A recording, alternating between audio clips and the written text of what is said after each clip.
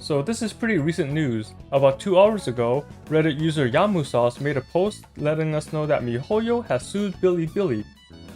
They added a link to the news article, which is in Chinese, and if I use the Google translation, we can get a minor gif of what's going on. So it says there is a lawsuit at Station B, which is Bilibili, and this is related to the leaks from Genshin Impact. So basically what's going on is miHoYo is trying to get the real-life information of all the leakers on Bilibili, but they can't get that without proper reasoning or justification. So they're going through the proper procedures to sue Bilibili in order to acquire such information. Now there isn't really much aggression between miHoYo and Bilibili.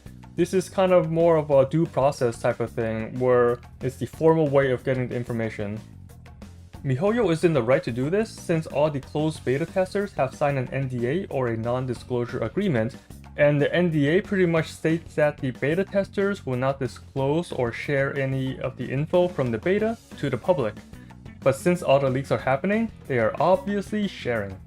So this becomes a breach of contract, so miHoYo can take action against these leakers.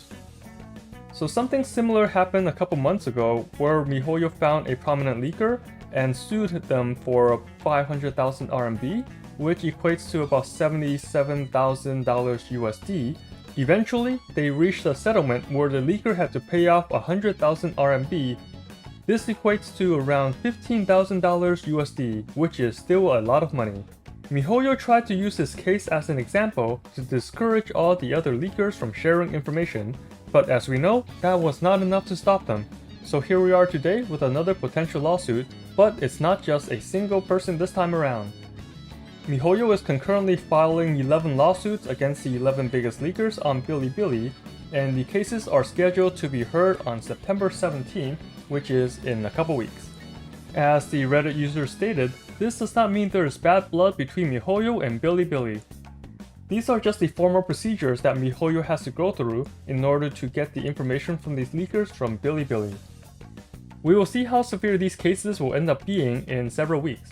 This is just a reminder that miHoYo is watching people out there, so if you are a content creator that's primarily focused on leaks or talking about stuff that you shouldn't be, then be careful out there and maybe think about switching your content a little. Yeah, the chance of this happening to you is kinda low unless you're a really big name, but there is still a chance of this happening. I know that some information provided is very useful, especially to the free-to-play community, since it will help you plan out how to gather and spend the resources in the near future. But in the end, this is still risky business. Anyway, that's all I have for now. Thanks for watching and stay safe out there, traveler.